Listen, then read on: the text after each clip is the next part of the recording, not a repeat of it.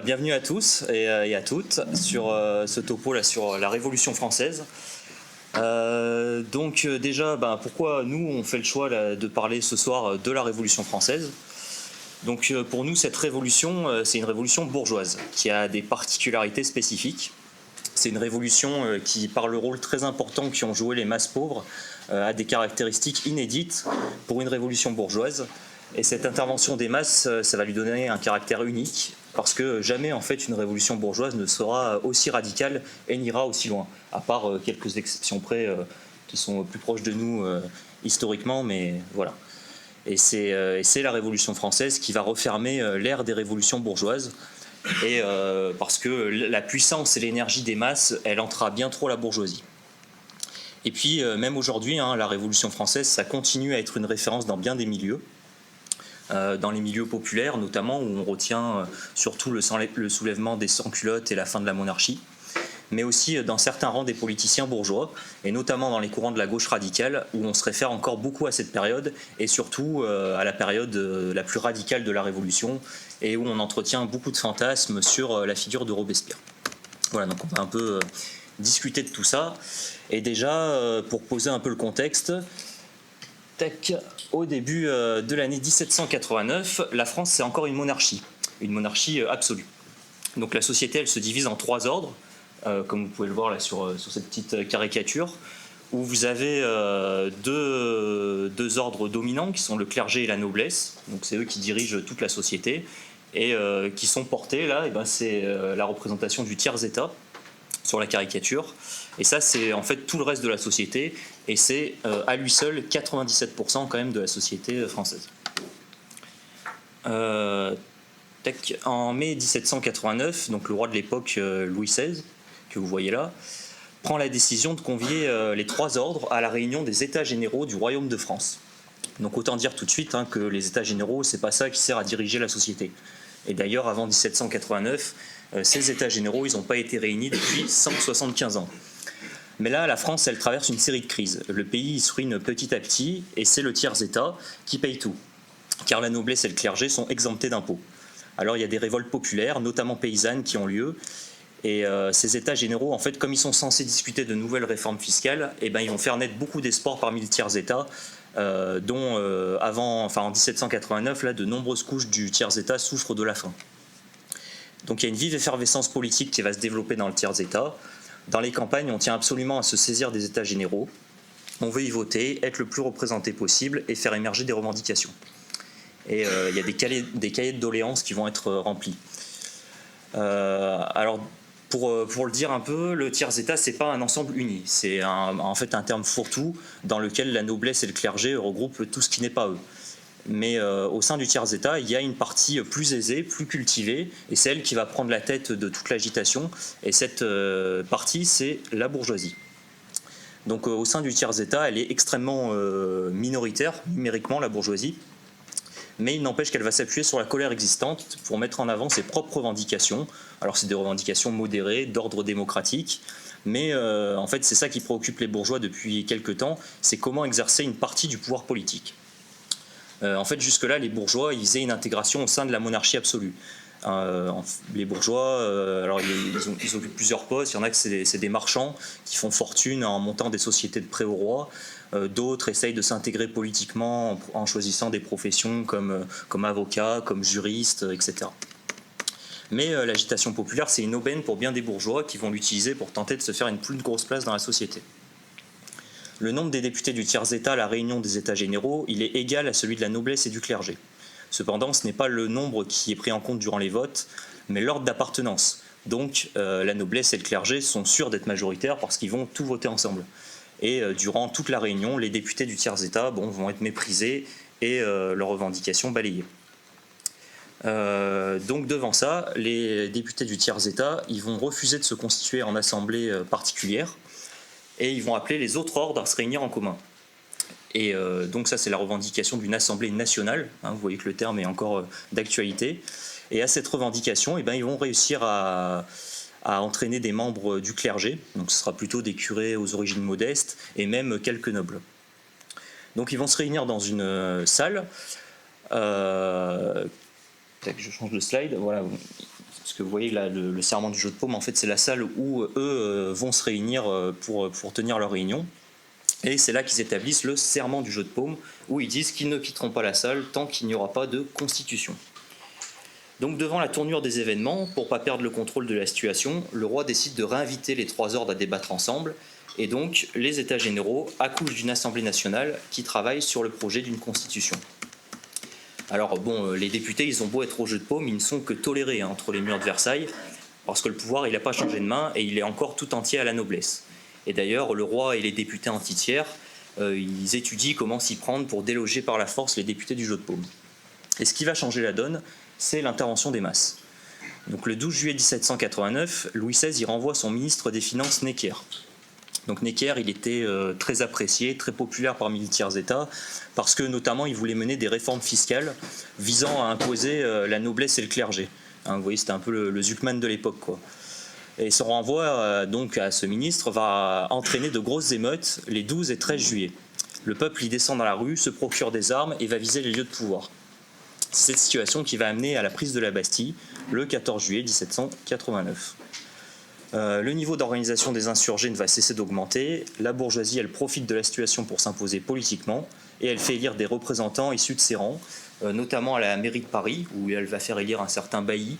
Et elle va former en fait sa propre milice, la Garde nationale, hein, qui s'appelle encore aujourd'hui comme ça, et qui elle sera dirigée par un certain Lafayette.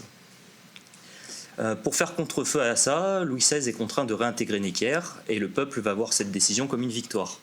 Mais on ne peut pas balayer d'un revers de main les jours qui viennent de se dérouler, parce que bon, le roi il a beau tenter de reprendre le contrôle, il ne peut pas lutter contre la transformation de milliers de consciences d'hommes et de femmes.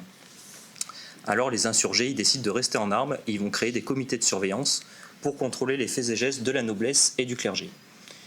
Alors bien que ce soit les masses qui aient ouvert cette situation, c'est la bourgeoisie qui politiquement va tirer son épingle du jeu.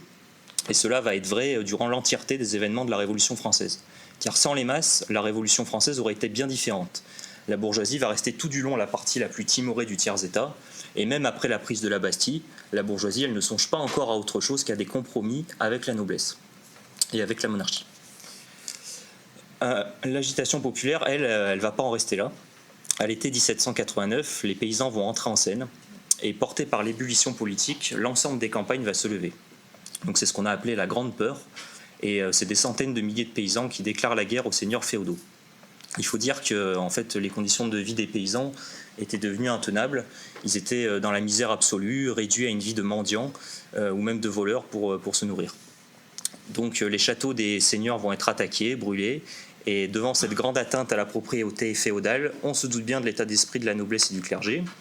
Mais ce ne sont pas les seuls qui vont être pris d'une grande frousse, parce que la bourgeoisie aussi va trembler. Et les bourgeois, ils ont peut-être contribué à faire trembler la monarchie il y a quelques semaines, mais il n'empêche qu'ils voient d'un très mauvais œil que les masses populaires s'en prennent de la sorte à la propriété privée. Car en réalité, ils comprennent bien que les paysans pauvres, ils n'ont peut-être pas intérêt à la propriété féodale, mais en fait, ils n'ont pas intérêt à la propriété tout court, même si elle est bourgeoise. Donc, par endroits, on va voir des bourgeois retourner leurs armes contre les paysans. Et donc, même en pleine révolution, la bourgeoisie défendra les châteaux, armes à la main, contre les masses populaires. La bourgeoisie, elle a quand même conquis une partie du pouvoir politique, et elle va tirer la situation à son avantage, car maintenant, ce ne sont plus les troupes du roi qui peuvent rétablir l'ordre, mais celles de la bourgeoisie. Donc, c'est pour ça que dans la nuit du 4 août 1789, l'abolition des privilèges est votée.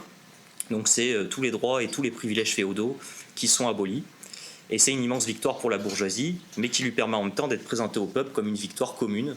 Voilà, on dit le peuple tout entier, par-delà les classes, qui se réunit dans l'intérêt commun de la patrie. Comme quoi, vous voyez que cette idée-là ne date pas d'hier. L'abolition des privilèges féodaux, c'est une victoire pour la bourgeoisie. C'est une étape essentielle pour son développement, car elle va lui permettre de se constituer une bonne part de son capital. Parce que l'État il va confisquer les biens du clergé pour les revendre aux bourgeois les plus aisés. Cependant, cette abolition des privilèges féodaux à la sauce bourgeoise, elle est bien timide, car on a beau déclarer à l'Assemblée nationale que les privilèges sont abolis, en fait la réalité est plus douce que ça. La bourgeoisie elle a privé les seigneurs féodaux de beaucoup de leurs droits, mais comme elle compatit sans doute avec les vaincus avec qui elle partage l'amour de la propriété, eh ben, elle ne lui supprime pas gratuitement ses revenus. Et en fait, beaucoup de seigneurs et de propriétaires nobles vont continuer de toucher des redevances, donc liées à leurs terres, à la dîme, au loyer, etc. Et si les paysans veulent se libérer de ça, eh ben, il faut qu'ils les rachètent. Donc c'est un bon exemple caractéristique de la Révolution française, parce qu'à chaque épisode insurrectionnel que les masses populaires vont mener, la bourgeoisie, elle reprend la main politiquement en cherchant toujours un compromis avec l'Ancien Régime, au moins au début de la Révolution. Et dans son écrasante majorité, la bourgeoisie, elle utilise à ses fins le courage et la combativité du peuple, mais tout en ayant toujours peur de lui. Et pour consolider son pouvoir, elle cherche en permanence l'équilibre entre les masses et les restes de l'Ancien Régime. Politiquement, la bourgeoisie, elle continue de travailler à son projet de constitution, et c'est ainsi que le 26 août 1789 est adoptée la Déclaration des droits de l'homme et du citoyen, et qui est un manifeste encore actuel pour la bourgeoisie, où on célèbre la liberté individuelle, la propriété privée et les droits démocratiques. Et malgré les grandes phrases sur l'égalité, on va quand même instaurer une différence entre citoyens actifs et citoyens passifs. Donc, c'est-à-dire que les citoyens les plus pauvres, eh ben, ils sont privés de droits politiques. Dans l'année 1790, il va y avoir pas mal de réformes, et par en haut, les bourgeois ils vont réorganiser totalement la vie du pays, et c'est là que notamment on va créer des départements, des communes, etc. Et les représentants politiques locaux se prêtent des serments entre chaque ville, entre chaque région, etc. Mais il faut bien comprendre une chose, c'est que la bourgeoisie elle n'est pas seule, car au sein de la société française, il y a un bouillonnement permanent depuis le début de la Révolution. Et en fait, il y a une multiplication de clubs de discussion, de journaux politiques. Et le peuple, voilà, il discute de politique, il formule des idées et il s'organise. Et c'est vraiment là que réside la force et la profondeur de la Révolution française. Et c'est à ce moment-là qu'une fraction du peuple révolutionnaire va se qualifier de sans-culottes, reprenant par là une qualification péjorative qui était employée par la noblesse envers eux. Et ces sans-culottes, c'est vraiment la fraction la plus populaire du peuple. Donc c'est des ouvriers, des artisans, des petits commerçants, des employés pauvres. Et c'est aussi eux qui vont contribuer à chaque étape de la Révolution à l'approfondir et à la pousser de plus en plus loin. Mais pendant ce temps, le roi, il est encore roi. Et son pouvoir, il est presque réduit à néant depuis 1789. Mais malgré tout, la majorité de la bourgeoisie, elle a accepté l'idée d'une monarchie constitutionnelle. D'ailleurs, comme elle le fera dans beaucoup de pays, et ce jusqu'à aujourd'hui. Regardez en Angleterre, ils ont encore des rois et des reines, quoi. Et ça, c'est vraiment un compromis historique que la bourgeoisie passe avec la noblesse. Mais en France, tout ça ne va pas empêcher la contre-révolution de se solidifier. Surtout que la bourgeoisie elle a pour projet dorénavant de placer le clergé sous l'autorité de l'État. Et donc ça va déclencher des émeutes royalistes par des nobles et des religieux déchus. Un an après la prise de la Bastille, donc on est toujours le 14 juillet mais 1790, est organisée la fête de la Fédération. Donc c'est la bourgeoisie qui rassemble l'ensemble de la nation et puis on fête dans la bonne humeur la réconciliation nationale, on invite le roi, il prête serment à la nation, tout va bien. Mais malgré tout, au sein des masses, la réalité est un peu autre et il va se produire un coup d'accélérateur dans la Révolution. Et ça va se passer au sein de l'armée. En gros, en 1790, l'armée, c'est toujours la même que sous la monarchie, au moins dans sa direction, parce qu'en fait, les postes d'officiers ils sont occupés par des gens issus de la noblesse, mais les soldats, eux, sont du tiers-état. Et le fait que le climat se tende dans le pays va donc se faire sentir au sein de l'armée, et il va y avoir de plus en plus d'affrontements entre soldats et officiers. Voilà. Et plus encore, les soldats vont commencer à désobéir et ils vont aller libérer leurs camarades qui ont été emprisonnés par les chefs militaires contre-révolutionnaires. Et à la fin, ils vont même carrément élire eux-mêmes leurs propres dirigeants. Donc ça, c'est quand même une phase assez radicale de la Révolution et ça va être compris comme tel. Un épisode insurrectionnel en particulier va marquer les mémoires, c'est celui de Nancy en août 1790. Donc là-bas, les soldats de la garnison, ils se sont révoltés car ils ont soupçonné leurs officiers de les voler. Et cette situation dans l'armée, elle va inquiéter une grande partie de la bourgeoisie qui est encore dans cette logique de compromis. Parce que, vous voyez, ils ont fait la fête de la Fédération, la préoccupation première de la bourgeoisie, c'est l'unité de la nation. C'est sur le sentiment national qu'elle tente de rassembler tout le monde depuis le début. Alors, il n'est pas question que l'armée se disloque. Et à Nancy, la bourgeoisie va donc vouloir faire un exemple. On le rappelle, c'est encore Lafayette qui est à la tête de la garde nationale, donc la milice bourgeoise. Et c'est lui qui va donner l'ordre de réprimer la révolte de Nancy. et avec les troupes militaires fidèles à la noblesse, Lafayette fait massacrer les soldats qui s'étaient rebellés. Donc le peuple va vomir cette répression, hein, comme vous vous en doutez, et des manifestations assez violentes vont avoir lieu. Même au sein de la bourgeoisie, une fraction va commencer à se faire de plus en plus entendre. Donc j'en ai pas parlé jusque-là, hein, mais la bourgeoisie c'est pas un bloc uni, il y a plusieurs quand même tendances qui s'expriment, et notamment une qui s'appelle celle des Jacobins.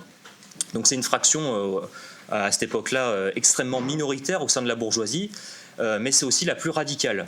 Et eux, alors pour le coup, dès le début, ils revendiquent la création de la République. Hein, ils veulent mettre fin à la monarchie, même constitutionnelle, et ça c'est une position vraiment hyper minoritaire au sein de la bourgeoisie dans ces années-là. Et même l'abolition des privilèges qui a été votée, les Jacobins avaient été quand même à l'initiative de cette mesure. Et donc évidemment cette fraction va dénoncer la répression des soldats de Nancy. Bon, pour le dire tout de suite, hein, les Jacobins c'est des bourgeois à part entière, ils défendent une politique pour la bourgeoisie et pas pour les classes populaires. Mais ils vont quand même comprendre quelque chose, c'est que si la révolution bourgeoise, pour que la révolution bourgeoise elle aille jusqu'au bout, il faudra s'affronter durement aux forces de la noblesse et du clergé, et ce, quitte à s'appuyer sur les masses. Et puis il faut dire que les Jacobins, ils ont des intérêts aussi matériels à la réussite de la Révolution, parce que ce sont souvent des membres de la moyenne bourgeoisie, et c'est eux qui tirent leur fortune de l'achat des biens nationaux qui a été permis par la Révolution, justement. Donc eux ne veulent surtout pas de retour à l'Ancien Régime. Et c'est pour cela qu'ils vont prendre parti pour les soldats insurgés, et ils vont dénoncer le rôle de Lafayette, par exemple, qui, pour eux, s'est mis au service de l'Ancien Régime. Donc la crise, elle va continuer de s'approfondir quand la famille royale, elle tente de s'enfuir vers l'Est. Donc ça, c'est un épisode aussi assez connu de la Révolution française. Le roi qui essaye de rejoindre un endroit où les troupes contre-révolutionnaires s'organisent. Mais leur évasion à la famille royale échoue, et ils sont capturés à Varennes le 21 juin 1791.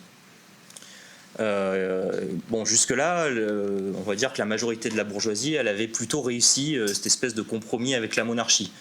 Le pouvoir du roi, il était presque nul, mais sa soumission à la Constitution l'avait rendu populaire, même plus populaire qu'avant la Révolution. Et il permettait à la bourgeoisie de faire vivre du coup ce patriotisme en faisant croire à l'unité nationale. Mais la fuite vers un autre pays du roi va faire s'effondrer tout ça. Et le peuple va changer radicalement sa vision sur le roi, et on crie même au complot. Pour calmer tout ça, la bourgeoisie, elle va faire croire que le roi, il ne s'est pas enfui, mais il a été enlevé, et du coup, ça va permettre d'innocenter Louis XVI et de le remettre sur le trône. Pourtant, là, vous voyez qu'au vu du mécontentement populaire, c'était l'occasion parfaite pour la bourgeoisie de se débarrasser du roi et de foutre en l'air la monarchie. Donc là encore, les Jacobins vont exprimer leur désaccord, et ils vont lancer une pétition pour demander la condamnation du roi et un nouveau pouvoir. Donc la pétition, elle est très populaire, et 5000 personnes vont se rassembler pour la déposer. La bourgeoisie, elle missionne encore Lafayette et le maire de Paris, Bailly, de faire le sale boulot, et le rassemblement est réprimé. On tire sur la foule et 50 personnes sont tuées. La bourgeoisie, elle va aussi réprimer, la bourgeoisie au pouvoir va aussi réprimer les leaders qui sont trop à sa gauche, qui sont trop démocratiques, et elle va verrouiller l'accès de la garde nationale, donc sa milice, aux éléments les plus pauvres. Donc là, ça va accentuer la crise au sein même de la bourgeoisie, et des leaders jacobins comme Robespierre, Marat ou Danton vont gagner en popularité parmi le peuple, et notamment chez les sans-culottes. Donc cette aile gauche de la bourgeoisie qui, comme on l'a dit, au départ elle était très minoritaire, elle va peu à peu gagner en popularité au sein du peuple.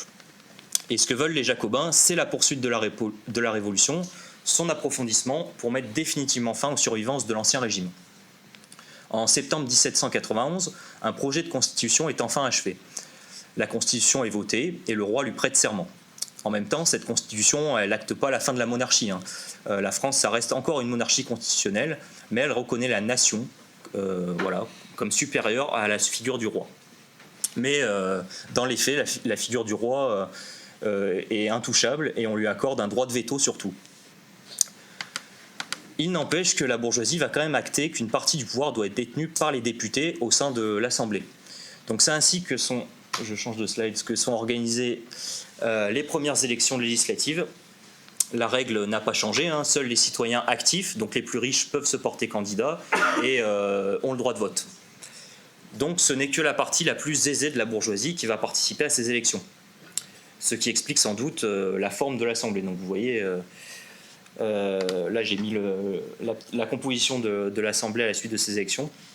Donc en gros, vous avez 3 blocs qui vont en ressentir. Le groupe majoritaire, c'est ce qu'on va appeler le Marais. Donc en gros, c'est des bourgeois centristes, modérés, de différentes tendances, mais voilà, qui sont quand même les plus mous. Le second bloc, c'est ce qu'on va appeler les Feuillants. Donc en gros, les Feuillants, c'est une scission de droite des Jacobins, mais qui ont rompu avec les Jacobins parce qu'eux défendent la stabilité de la monarchie constitutionnelle. Et par exemple, Lafayette en fait partie de ce courant-là. Et le bloc le plus à gauche que vous retrouverez dans cette assemblée, c'est celui des Girondins. Donc eux, c'est pour le coup, c'est des républicains, ils sont opposés à la monarchie constitutionnelle. Cette position, ça va les rendre les plus populaires au sein du peuple parmi ceux qui sont élus. Mais vous voyez quand même que l'Assemblée législative, elle ne correspond pas tellement aux aspirations des masses. Elle est dominée par la droite et par les bourgeois modérés. Et les courants les plus radicaux de la bourgeoisie, notamment celui des Jacobins, il est quasiment pas représenté.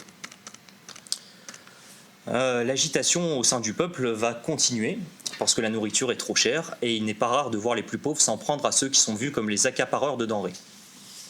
Face à ça, la contre-révolution n'est pas en reste. En France même, la bourgeoisie doit composer avec la résistance de la noblesse et du clergé.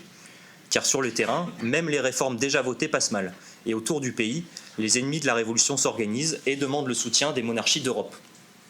Et la Prusse et l'Autriche préparent leurs troupes. Donc, se sentant menacée, l'Assemblée législative, donc celle qui a été élue là, vote une déclaration de guerre à l'empereur d'Autriche. Pour le coup, cette décision va être également appuyée par Louis XVI et ses partisans. Parce que chaque classe sociale va avoir ses propres intérêts, mais le fait est que la bourgeoisie va se retrouver à nouveau dans un combat commun avec la classe qu'elle tente de remplacer. Enfin, qu'elle ne tente pas encore tellement de remplacer d'ailleurs. Et au début de la guerre, l'armée française, elle est totalement désorganisée, elle ne va pas faire le poids, et elle enchaîne les défaites. Il y a même carrément des régiments qui vont passer à l'ennemi. Au final, les vrais vainqueurs de cette guerre, c'est les nobles et c'est les soutiens du roi. La bourgeoisie, elle va voir qu'elle n'a pas un grand intérêt à continuer ainsi, et elle décide de durcir sa politique. Donc elle va voter des décrets qui s'en prennent aux prêtres réfractaires, donc c'est en gros ceux qui au sein du clergé refusent les nouvelles réformes, et ils vont licencier la garde du roi, donc qui était la protection militaire de Louis XVI que des bourgeois avaient mis en place eux-mêmes il y a quelques mois. Et pour défendre Paris, là pour le coup on va mobiliser la propre garde nationale, donc la propre milice bourgeoise. Mais vous vous souvenez que la bourgeoisie elle a laissé le droit de veto au roi. Donc évidemment face à ces décrets, celui-ci va le brandir. Et même, il va aller plus loin, il va renvoyer les ministres les plus à gauche, les ministres girondins. Et là, une nouvelle fois, c'est l'irruption des masses qui va changer la situation. Parce que le peuple, il est très animé par ce sentiment patriotique. La bourgeoisie, elle a réussi vraiment, là pour le coup politiquement, elle a réussi un truc, c'est à faire infuser l'idée de la nation comme le résultat de la révolution. Et le peuple n'est donc pas satisfait du tout du déroulé de la guerre, qui voit son armée se faire battre par des armées étrangères. Et par-dessus tout, le renvoi des ministres qui sont les plus populaires, les plus à gauche, donc les Girondins, ça ne va pas du tout passer au sein du peuple. Donc le 20 juin 1792, les sans-culottes envahissent le palais des Tuileries, et vous voyez là sur l'image, on force même le roi à porter le bonnet phrygien. Donc c'est une petite humiliation, mais ça ne va pas empêcher les troupes de l'Est d'envahir la France. Et la bourgeoisie, elle va réagir en décrétant la patrie en danger. Donc en gros c'est un ancêtre de l'état d'urgence qui va lui permettre de contourner le veto du roi. Et ce dernier, sûrement chahuté par ce bonnet phrygien sur la tête, va pas chercher tellement à l'utiliser par la suite, son droit de veto. Et la bourgeoisie va profiter de l'occasion pour mobiliser des troupes vers Paris. Et elle va même accepter les citoyens passifs, donc les plus pauvres, au sein de la garde nationale. Enfin, elle va les réintégrer au sein de cette milice. Mais ce qui va provoquer une levée de bouclier dans le peuple, c'est la publication du manifeste de Brunswick. Donc en gros, c'est le nom du duc qui dirige les armées qui viennent d'envahir la France. Et ce manifeste, il menace de mort toute personne voulant s'en prendre à la famille royale. Donc ça, c'est une grosse provocation. Et voir une armée étrangère en train d'envahir la France pour sauver la tête du roi et écraser la Révolution, ça met vraiment le feu aux poudres. Et le peuple, il va se saisir des sections qui existent pour demander de déchoir le roi. alors que la plupart des bourgeois sont encore très timides et il n'y en a pas beaucoup qui vont appuyer cette proposition. En fait, aucun bourgeois qui est représenté à l'Assemblée législative ne va l'appuyer, et pas même les Girondins, qui pourtant sont républicains. À partir de là, c'est les sans-culottes qui vraiment vont faire tout le boulot. Car il faut quand même le dire, là, si la monarchie elle est tombée en France, si elle n'existe plus du tout, c'est grâce à eux. Au sein des sections, ils vont élire leurs propres représentants. Et le 10 août 1792, la commune de Paris, donc en gros c'est la mairie de Paris, elle va être proclamée commune insurrectionnelle. Donc armé, le peuple il part à l'assaut des Tuileries chercher le roi. Les sans-culottes ils vont être réprimés, des centaines d'entre eux vont être fusillés par les troupes du roi, mais ça ne va pas les empêcher malgré tout de pénétrer dans le palais, de le piller et de tirer à leur tour sur les gardes qui protègent le roi. Fort de ce succès, la commune insurrectionnelle elle va imposer ses revendications à l'Assemblée, donc la déchéance du roi, organiser de nouvelles élections au suffrage universel. Et c'est comme ça que la monarchie est tombée. Il a fallu que ce soit les masses qui remplissent les tâches historiques de la bourgeoisie à sa place. Sous l'impulsion des sans-culottes, de nouvelles élections législatives sont organisées pour former ce qu'on va appeler la Convention nationale. Donc c'est le nouveau nom de l'Assemblée. Donc vous voyez là le changement un peu de physionomie. Le groupe majoritaire, bon, ça va rester encore le Marais parce que c'est une conciliation de plein de tendances modérées de la bourgeoisie, mais il va rester en fait en retrait de tous les événements, de tous les débats, etc. Et ce qui va vraiment cristalliser la Convention nationale, c'est d'un côté les Girondins et de l'autre côté, ce qu'on va appeler les montagnards, donc les Jacobins en gros. Enfin, le nom des groupes politiques en fait c'est souvent par rapport à leur place géographique au sein de l'Assemblée. Et l'opposition entre les montagnards et les Girondins, elle va vraiment cristalliser tout ça. Et d'ailleurs les Girondins là dans cette Assemblée c'est le groupe minoritaire parce que leur tiédeur dans les derniers événements ça les a vraiment discrédités au sein des masses révolutionnaires. Donc à la suite de ces élections, la Convention nationale, elle déclare la fin de la monarchie et la création de la République française, sous la pression des masses évidemment. Car même les montagnards, qui sont donc les plus radicaux, qui ont gagné le vote des petits bourgeois et des masses populaires, ils se méfient de réformes qui seraient trop extrêmes. Et ils s'appuient sur les masses parce que c'est le seul moyen pour eux de faire gagner la révolution bourgeoise, mais même eux se méfient des masses. Pour la bourgeoisie, il reste des tâches énormes et les sans-culottes, ils ont peut-être mis fin à la monarchie française, mais il y a encore ce problème de la contre-révolution qui vient des autres puissances de l'Europe. Et la fin de la monarchie, vous vous en doutez bien, ne va pas arranger les choses. Et l'Angleterre, quand elle voit que la monarchie est abolie, eh bien, elle va rejoindre la coalition contre-révolutionnaire et on va craindre des soulèvements en France, en Vendée, qui est un bastion des royalistes. Face à ça, la bourgeoisie seule, elle aurait sûrement pas pu faire grand-chose. Et c'est ça que vont très bien comprendre les montagnards, parce que pour défendre la révolution bourgeoise, il faut compter sur les masses révolutionnaires. Et la politique des Jacobins, c'est ça, c'est d'utiliser toute la force et tout le dévouement des sans-culottes pour défendre les intérêts de la classe bourgeoise. Et ça va s'avérer payant, car les victoires militaires vont commencer. Donc Robespierre, Marat, Saint-Just, tous ces dirigeants révolutionnaires, ils ne sont pas moins bourgeois que les autres, mais à l'inverse des Girondins et de toutes les autres composantes de la bourgeoisie, eh ben, ils ont cette audace, ce courage de s'appuyer sur les masses. Donc les sans-culottes ils vont être galvanisés par les montagnards et ils vont se déchaîner violemment contre les royalistes. Au début du mois de septembre 92, ils vont pénétrer dans les prisons et exécuter les prisonniers royalistes, les prêtres réfractaires, etc., enfin tous les ennemis de la Révolution. Et en seulement quelques jours, les sans-culottes ils font 1500 morts à Paris et 150 dans le reste de la France. C'est le peuple qui va se salir les mains à la place de la bourgeoisie. Et d'ailleurs, la bourgeoisie va quand même comprendre ce qui se passe et elle ne va pas tellement condamner en fait ces massacres-là. C'est dans cette ambiance que va avoir lieu le procès de Louis XVI au mois de décembre 1792. Il faut dire qu'un mois avant, en fait, on vient de découvrir aux Tuileries un coffre-fort qui s'appelle l'armoire de fer, qui est en fait rempli de documents secrets. Et on va découvrir, alors un grand scoop, que Louis XVI complotait contre la Révolution française depuis le début. Et la bourgeoisie, elle va du coup se décider à débuter le procès du roi.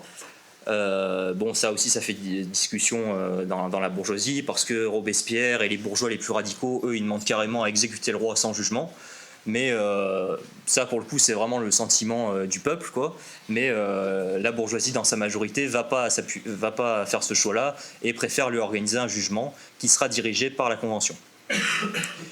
Mais ce procès, il va confirmer la montée en puissance du courant montagnard au sein de la société. Ce sont eux qui vont demander avec le plus de véhémence la mort du roi. Alors que les Girondins, eux, ils vont hésiter jusqu'au dernier moment. Alors sous la pression des masses, ils voteront quand même la mort du roi, mais cette hésitation, elle va finir de les discréditer au sein des masses, parce que ça les fera apparaître comme des conciliateurs avec la monarchie. Le 21 janvier 1793, le roi est guillotiné. C'est l'image que vous voyez là, c'est ce qui reste de lui.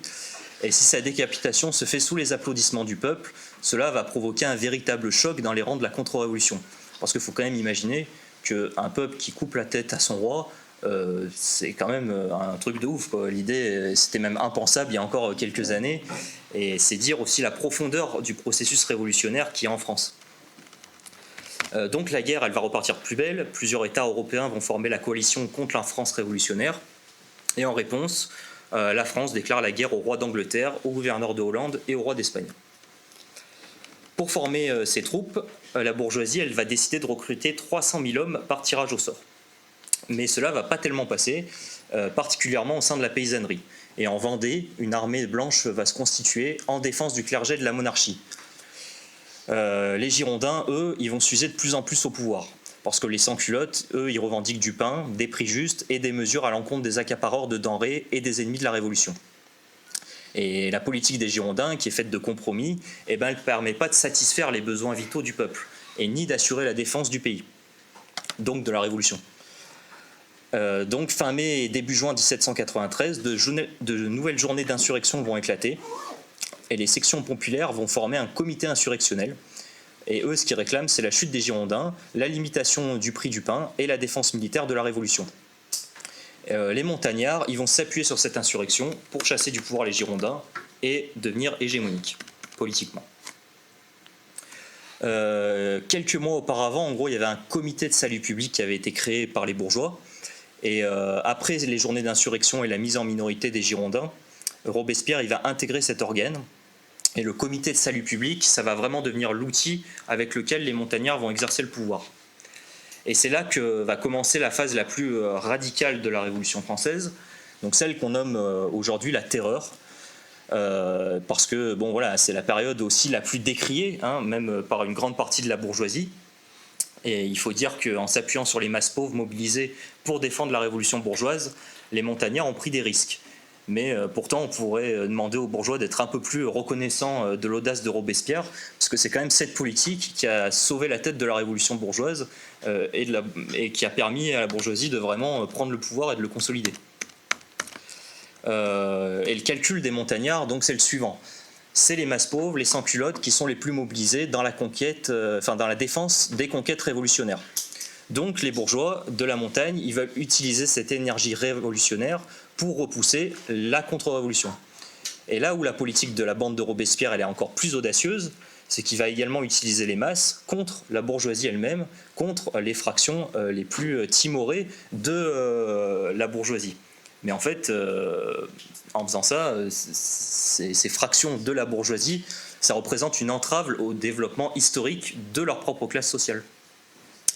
Donc, voilà, Robespierre il va faire un calcul, c'est que pour que l'énergie des masses elle soit à son maximum, il faut avant tout grandement améliorer les conditions d'existence des plus pauvres. Parce qu'il faut rappeler quand même qu'à cette époque-là, une grande partie du peuple est au bord de la famine. Et donc c'est comme ça qu'il faut comprendre les mesures les plus sociales qui vont être prises par la bourgeoisie radicale. La loi sur le maximum des prix, l'abolition du système féodal dans les campagnes, la réquisition des biens, la nationalisation de l'économie, etc., etc. Donc bon, on comprend que la bourgeoisie elle a encore des sueurs froides en pensant à cette période, mais si les montagnards ils prennent de telles mesures, c'est pas parce qu'ils ont l'âme plus prolétarienne que les autres, mais c'est parce que en fait, d'un côté, ils veulent gagner la confiance des masses, et de l'autre, s'ils veulent vraiment les armer et leur dire allez au combat contre les troupes royalistes, eh ben, il faut quand même les sortir un peu de l'extrême misère dans laquelle ils sont.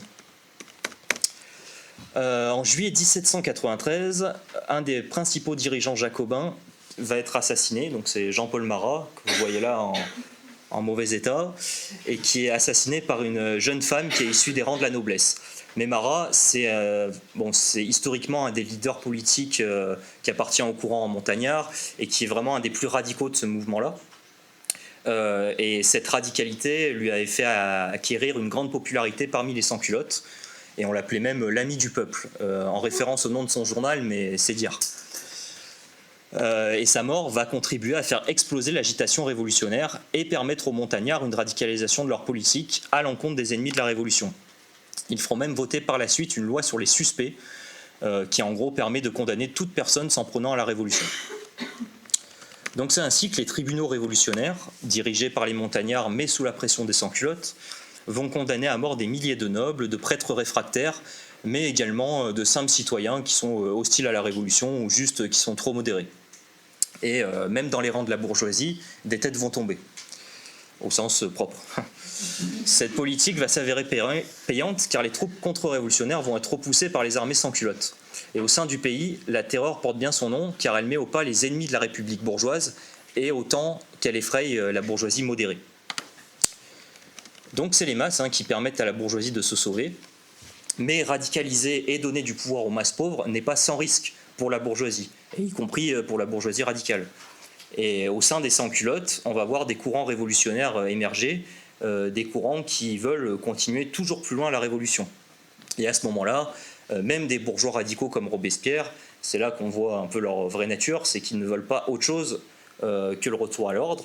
Donc si l'énergie révolutionnaire des sans-culottes, elle a permis à la bourgeoisie d'accomplir ses tâches historiques, il n'est pas question de les laisser trop longtemps armés dans les rues.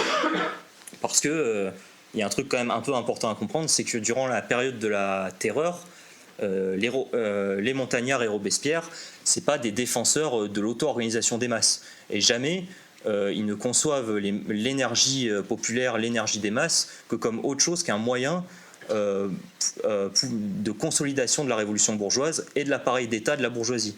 C'est vraiment, l'énergie des masses ne doit être utilisée qu'à cette fin-là et pas à autre chose. Donc, face aux éléments les plus radicaux, ce qu'on va appeler les enragés, donc c'est les sans-culottes les plus radicaux, les montagnards vont s'allier aux marais, donc les bourgeois modérés, pour mener la guerre à ces fractions de sans-culottes trop radicales. Et à partir de là, Robespierre va se retrouver isolé, car vous doutez bien qu'en réprimant une partie des sans-culottes, sa popularité parmi les masses, elle va en prendre un coup, mais en même temps, il pouvait compter un peu que là-dessus, parce qu'au sein de la bourgeoisie, les années terreur, ça l'a sérieusement marginalisé, et même au sein des Jacobins, il y a des dirigeants historiques comme Danton, comme Camille Desmoulins, qui vont se désolidariser de Robespierre, ce qui leur vaudra d'ailleurs d'être guillotinés. Mais voilà, c'est dire à quel point Robespierre commence à être isolé. Et en fait, la bourgeoisie, de plus en plus d'éléments en son sein, veulent tourner la page de la terreur pour revenir à un régime plus stable. Et voilà, le calcul, c'est celui-là. Les masses, elles ont joué leur rôle, et Robespierre aussi. Donc en 1794, on va faire arrêter Robespierre avec son bras droit Saint-Just, et on va les envoyer à la guillotine.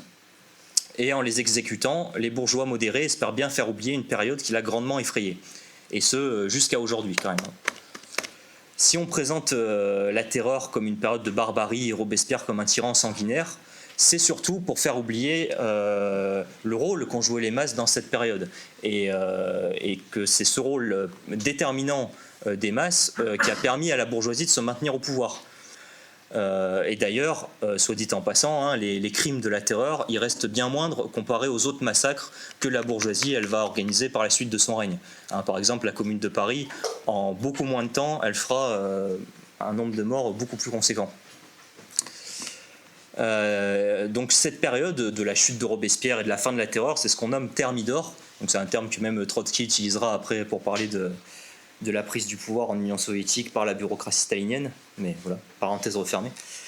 Le nouveau régime qui succède à la terreur, c'est le directoire. Et le directoire, lui, sa tâche, ça va vraiment être d'enterrer la période précédente et donc de s'en prendre aux masses pauvres.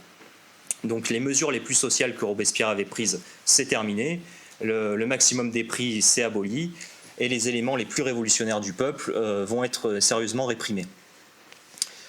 Mais maintenant que le pouvoir de la bourgeoisie se consolide, elle entend bien se débarrasser des aspirations révolutionnaires des masses pour pouvoir pleinement exercer son oppression sur l'ensemble de la société. Et puis tant pis si c'est les masses pauvres qui ont fait le boulot. Hein. Donc là, on voit vraiment que la bourgeoisie, c'est vraiment une classe sociale bien ingrate et bien lâche.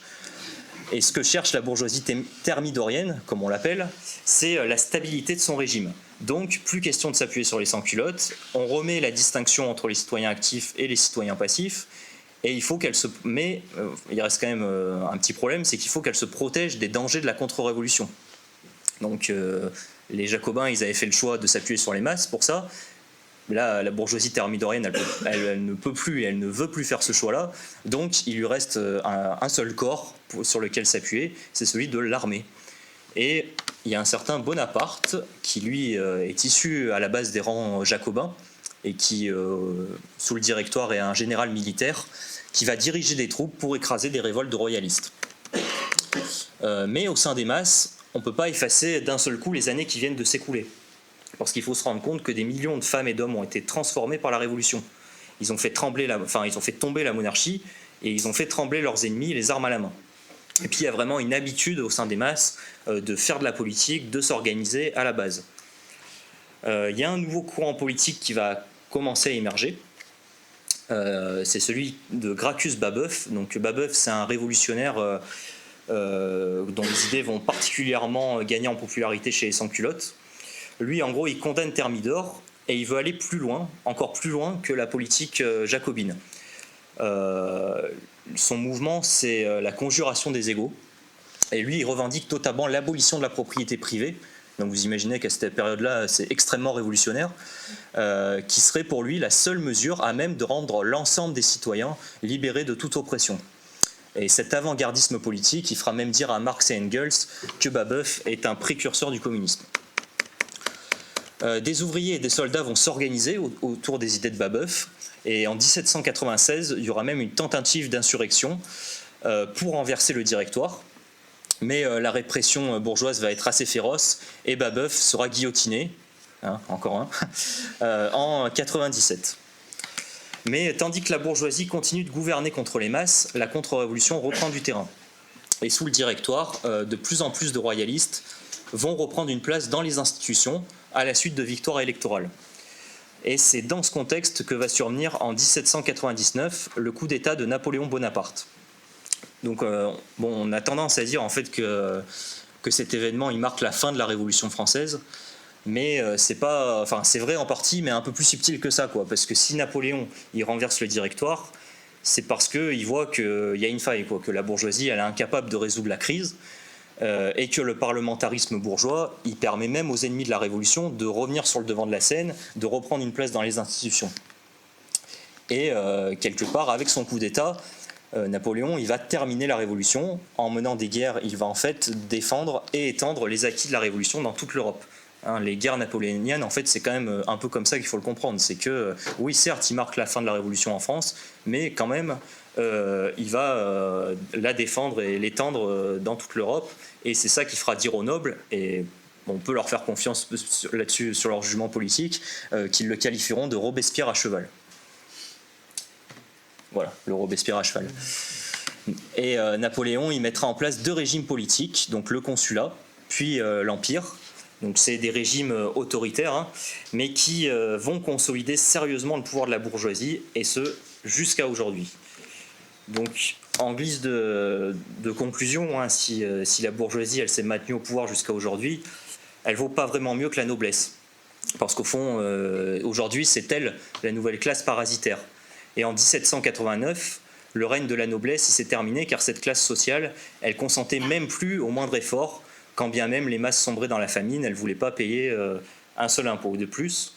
Et aujourd'hui, c'est plus exactement la même problématique, mais c'est la propriété privée des moyens de production et l'exploitation du plus grand nombre qui en découle, qui vraiment entrave le développement de l'humanité.